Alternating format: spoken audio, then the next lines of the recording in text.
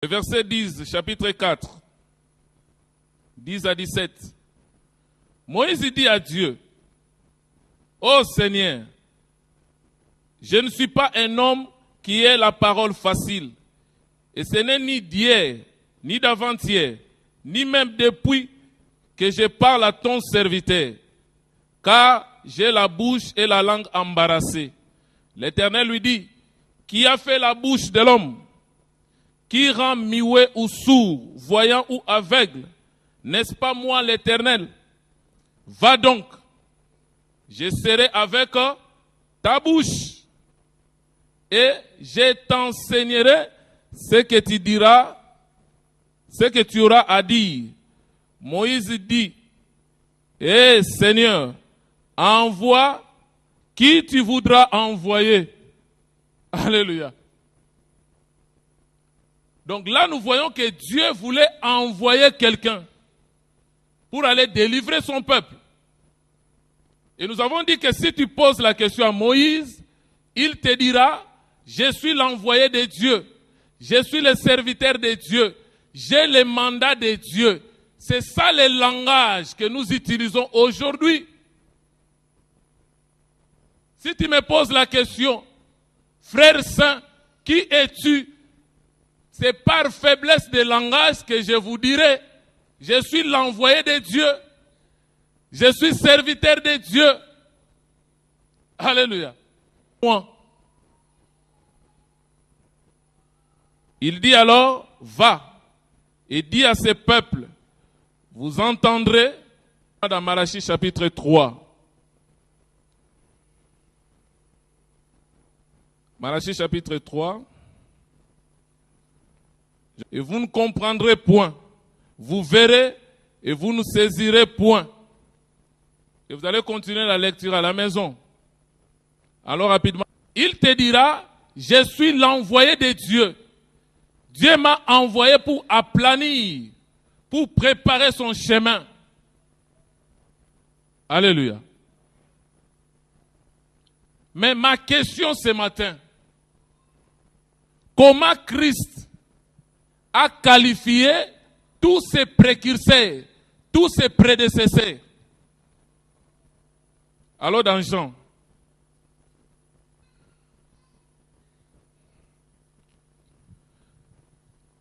je prends le premier verset, je descends.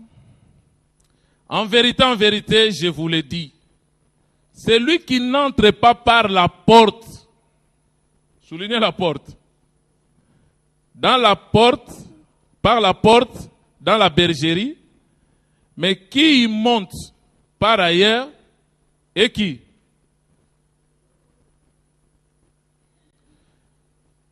Celui qui entre par la porte, mais celui qui n'entre pas par la porte, qui monte, c'est un voleur et un brigand. Mais celui qui entre par la porte est le berger des brebis. Et regardez, les bergers, c'est au singulier. Le portier lui ouvre et les brebis entendent sa voix. Il appelle par leur nom les brebis qui lui appartiennent. Et il les conduit dehors. Lorsqu'il a fait sortir toutes ses propres brebis, il marche devant elles. Et les brebis les suivent. Parce qu'elles connaissent sa voix. Elles ne suivront pas un étranger, mais elles fuiront loin de lui, parce qu'elles ne connaissent pas sa voix, elles ne connaissent pas la voix des étrangers.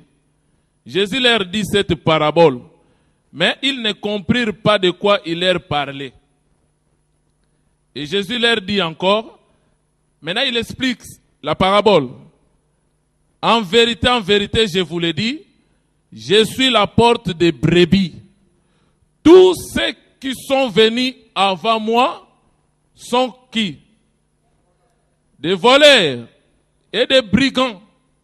Mais les brebis ne l'ont point écouté.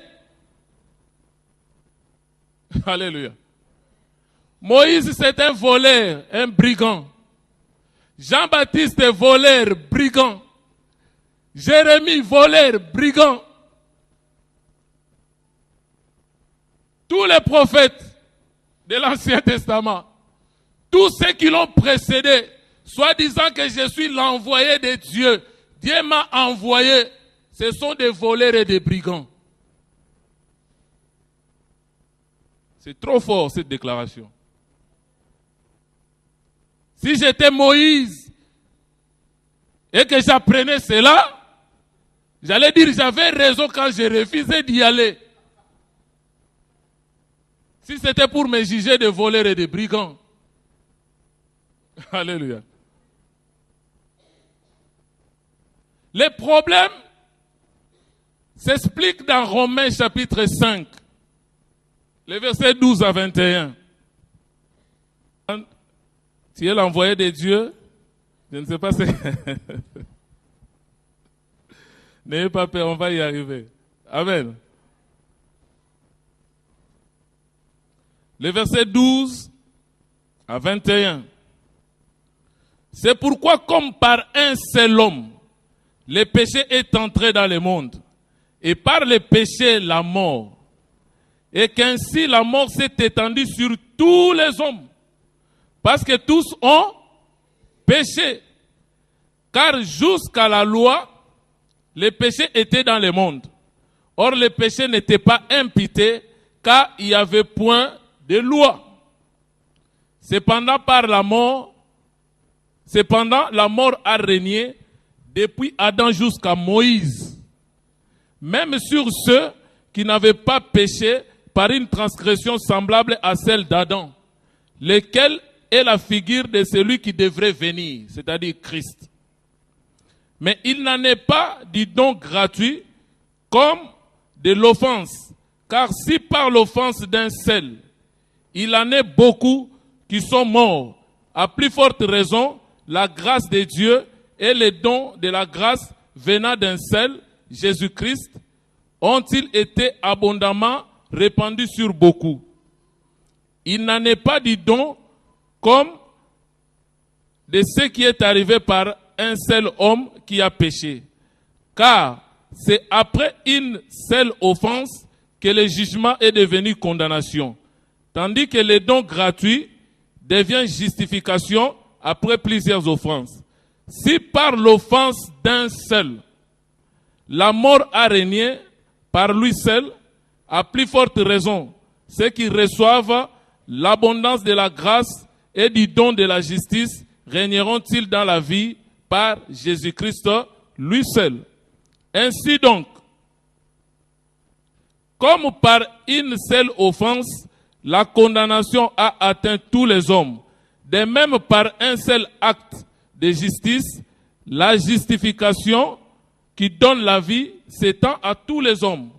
Car, comme par la désobéissance d'un seul homme, beaucoup ont été rendus pécheurs, de même par l'obéissance d'un seul, beaucoup seront rendus justes.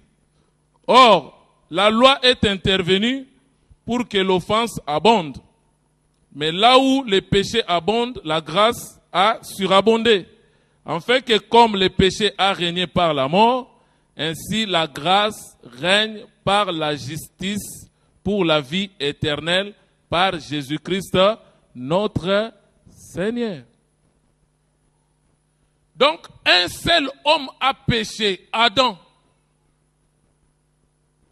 Toute sa progéniture, tous ceux qui sont sortis d'Adam sont désobéissants. Ils sont faux. Mais la Bible dit, par l'obéissance d'un seul, tous ceux qui sont en lui, obligatoirement, ils deviennent obéissants. Je ne sais pas si je me fais comprendre. Jésus-Christ est la porte des brebis. Maintenant, lui n'était pas encore sur terre. La porte n'était pas encore ouverte.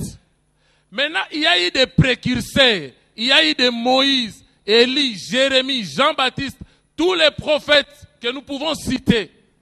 Mais maintenant, s'ils sont venus sur la terre pour entrer en contact avec les brebis, maintenant la question de Christ, ils sont entrés par quelle porte? Parce que moi, je n'étais pas encore là. Voilà pourquoi, comme la porte n'était pas encore là, la porte était fermée, ils sont passés outre.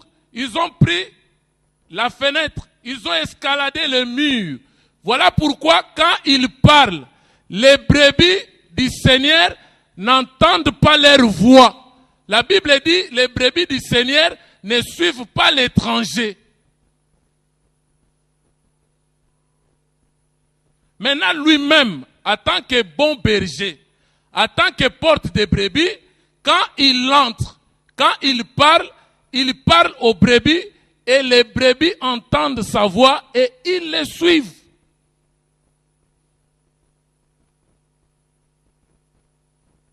Donc, celui qui peut prétendre être envoyé de Dieu, être vrai serviteur, il doit être en Jésus. C'est-à-dire, en dehors de Christ, il n'y a pas un envoyé, il n'y a pas un vrai serviteur. En dehors de lui, tout est faux. Alléluia. Nous parlons des jardins d'Éden. Mais le jardin d'Éden, en réalité, c'est un homme. En lui, il y avait tout. L'arbre de la connaissance des biens et du mal, la loi de Dieu, l'arbre de vie, la vie éternelle. L'homme était en lui. Mais quand l'homme a péché, il a touché à l'arbre de la connaissance des biens et du mal, l'Éternel l'a chassé. L'homme se retrouve en dehors de Christ. Voilà pourquoi en dehors de Jésus, il n'y a pas la vie, c'est la mort. Et tout service, tout ministère qui s'exerce en dehors de Christ, en dehors de l'Éden, qu'est-ce que Dieu a dit? À l'homme, non. Quand il l'a chassé dans le jardin, il dit, tu cultiveras quoi? La terre, elle te produira quoi? Des épines et des ronces. Donc tout ministère, tout service qui se fait en dehors de Christ, le résultat final c'est l'échec. Voilà pourquoi l'homme est obligé de retourner en Éden, de retourner en Jésus. C'est là où il y a des vrais serviteurs. Parce que le ministère doit s'exercer en Éden.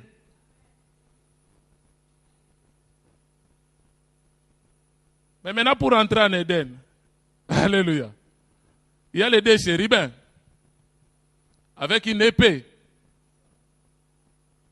Ils sont deux, mais ils ont une seule épée. Et cette épée, Ephésiens 4, Ephésiens 6 nous dit quoi? C'est l'épée de l'esprit, la parole. Il faut affronter les deux chérubins. Il faut qu'ils te tuent. Il faut qu'ils tuent la chair avec toutes ses passions. Parce que celui qui est charnel ne peut pas travailler en Éden. Donc on est envoyé de Dieu, on est vrai serviteur de Dieu qu'en Jésus-Christ. En dehors de lui, on est faux.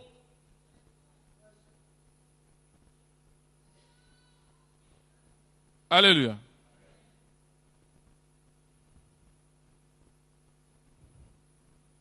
Malachie 2. Je vais justifier ce que j'ai dit là. Malachie chapitre 2. Je vais faire la lecture, mais vous allez me dire de qui s'agit-il. Malachie chapitre 2, le verset 6 à 9. Donc je commence au verset 5.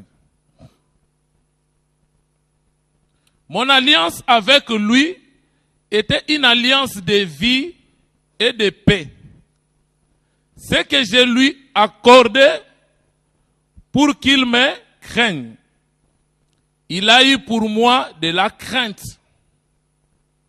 Il a tremblé devant mon nom.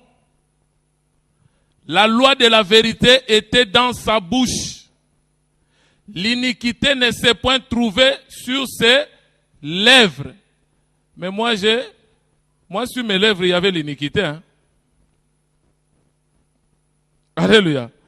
Il a marché avec moi dans la paix et dans la droiture. Il a détourné du mal beaucoup d'hommes. Car les lèvres du sacrificateur, les sacrificateurs c'est au singulier, Il y a un seul sacrificateur. Car les lèvres du sacrificateur doivent garder quoi? La science. Et c'est de sa bouche qu'on demande la loi. Parce qu'il est envoyé, c'est au pluriel. Un seul envoyé. Parce qu'il est l'envoyé de l'Éternel.